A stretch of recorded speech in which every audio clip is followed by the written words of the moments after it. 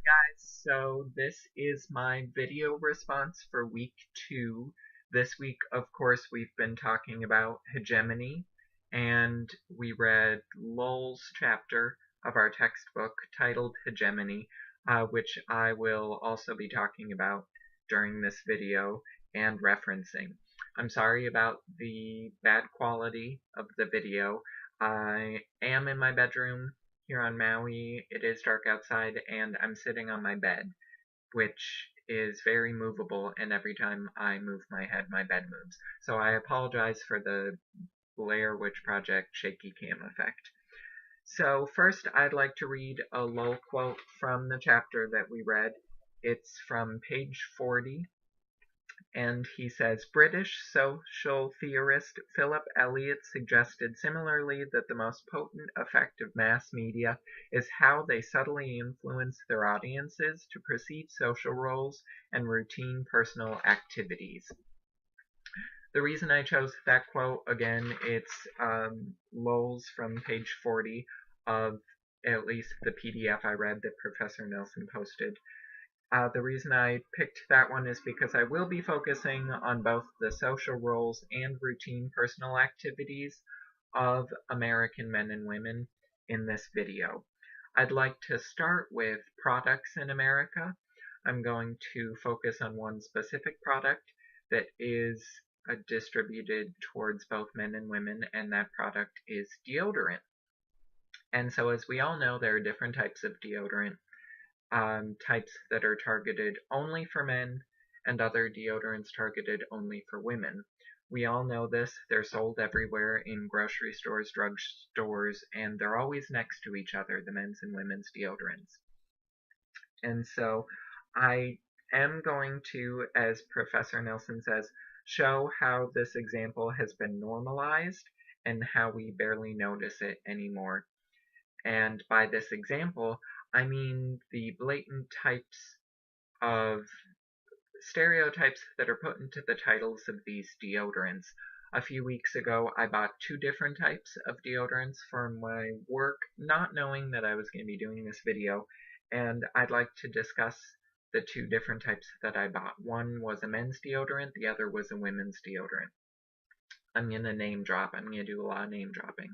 The first one is Degree. It's for men, and its title is Intense Sport. So I barely have to say anything. It says men on the cover, and it says Intense Sport. And if you smell it, it does have a very strong, sort of spicy, what I kind of think of when I smell it is it does smell a lot like those Gillette or Degree aftershaves, little bit of alcohol, and very strong and pungent. So this is the men's deodorant. We oftentimes see these in every store.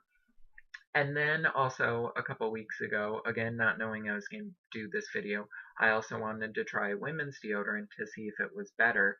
And this is what the women's deodorant looks like. It's Suave, so it's a different brand than Degree. But if you look, you can tell instantly. Even from a distance, you'd be able to tell which is men's, which is women's. The women's is smaller, and it is lighter in color. That should speak for itself. And its title is Fresh. Fresh. And now what comes to mind to me when I look at this deodorant is there were a lot of them with similar names to Fresh. Fresh Fields, Rose Blossom, Tuberose, Lavender. A lot of the women's deodorants remind me of sort of detergents, fabric softeners, those sorts of things associated with cleaning. And it does have a very just simple and sweet smell. It really does smell like dryer sheets that you put in the washer that sometimes come in lavender or tuberose. And so again, the women's is, to me at least, associated with cleaning, whereas the men's is, of course, titled Intense Sport. And so moving on after that, I am going to talk about next how my example is repeated in many different spaces and in many different ways so that it becomes normal to us. It's not just deodorant. What I'm going to talk about next is Professor Nelson did post the video Like a Girl, hashtag Like a Girl, which I recommend watching, and I'd like to talk about male stereotypes in America, sort of a like a man. I'm sure that video exists somewhere, so feel free to Google it. I personally have not watched it, but I'm going to be talking about the negative stereotypes portrayed against men and how it is affecting them. The next Lowell quote I would like to read. When I read this quote, I did not know I'd be doing this video. It was just kind of kismet. It's on page 41 of the chapter Hegemony, and Lowell says, quote, "Hegemony fails when dominant ideology is weaker than social resistance. Gay subcultures, feminist organizations, radical political parties, etc." And he sort of trails off, but those groups that he listed at the end were groups that oppose the sort of stereotypes that, say, deodorant companies push on Americans, and they oppose the sort of unspoken stereotypes that men and women are supposed to succumb to. I laughed when I read that quote because I subconsciously knew that was what my video was going to be about, would be gender roles. So I thought that was very funny when I first read gay subcultures, me, feminist organizations, me. Again, you do not have to be a woman to be a feminist. If you believe in equality, you are a feminist, and you believe in feminism.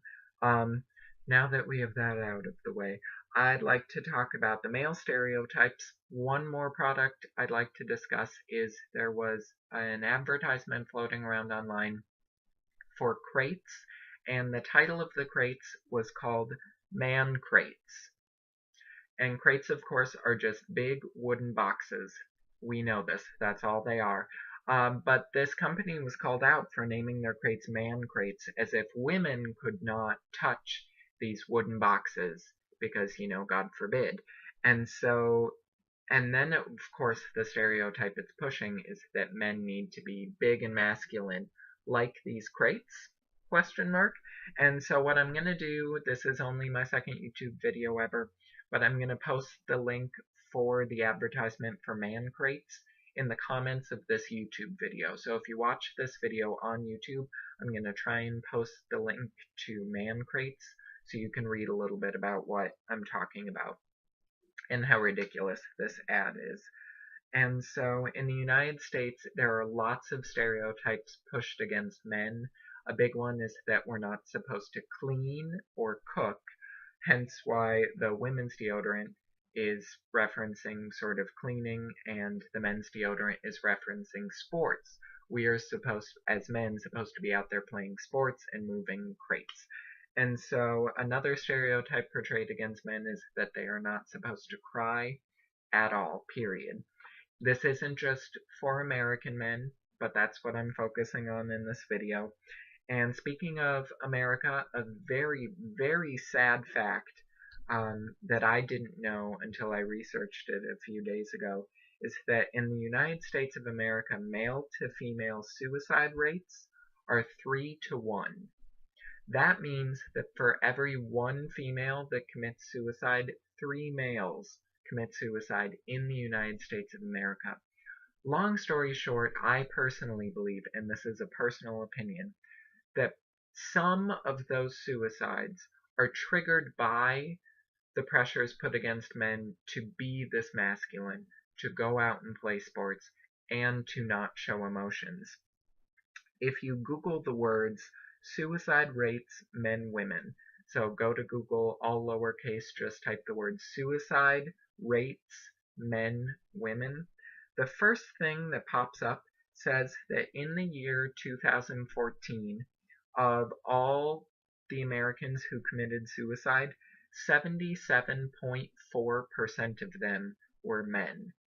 Again, 77.4, that's more than 3/4 of the people who committed suicide in 2014 were men. This is a problem, and it's a problem that we're not discussing as a culture, and I personally believe that it's a problem that slightly lies in the hands of Degree deodorants, Axe deodorants, man crates, etc. It's not just deodorants and crates, it's all around us. It's just those are the two examples that I wanted to use. So this video has gone on for too long. I hate to leave you guys on such a negative note as suicide rates. I know that this week we're working on our first projects. I'm definitely going to be focusing on making my paper more positive and hopefully focusing on the positive aspects of my life and less on the negative. After reading Indian Education, it was one of those readings that really gives you a jolt and reminds you how wonderful and incredible your life is compared to other Americans. It really is one of those eye-opening experiences that you have to go through once in a while to realize how great you have it. And so I'm going to try and focus on making my paper a lot more positive in my scenes and my exploded scenes. Of course, we're working on our drafts this week, and next week we're going to be doing peer reviews. So I look forward to talking to you guys over video Skype, as I'm doing now for my YouTube video. And I look forward to reading your papers and also putting my paper out there onto WordPress. Otherwise, I look forward to watching your videos also discussing hegemony, and I'll talk to you guys next week. See ya.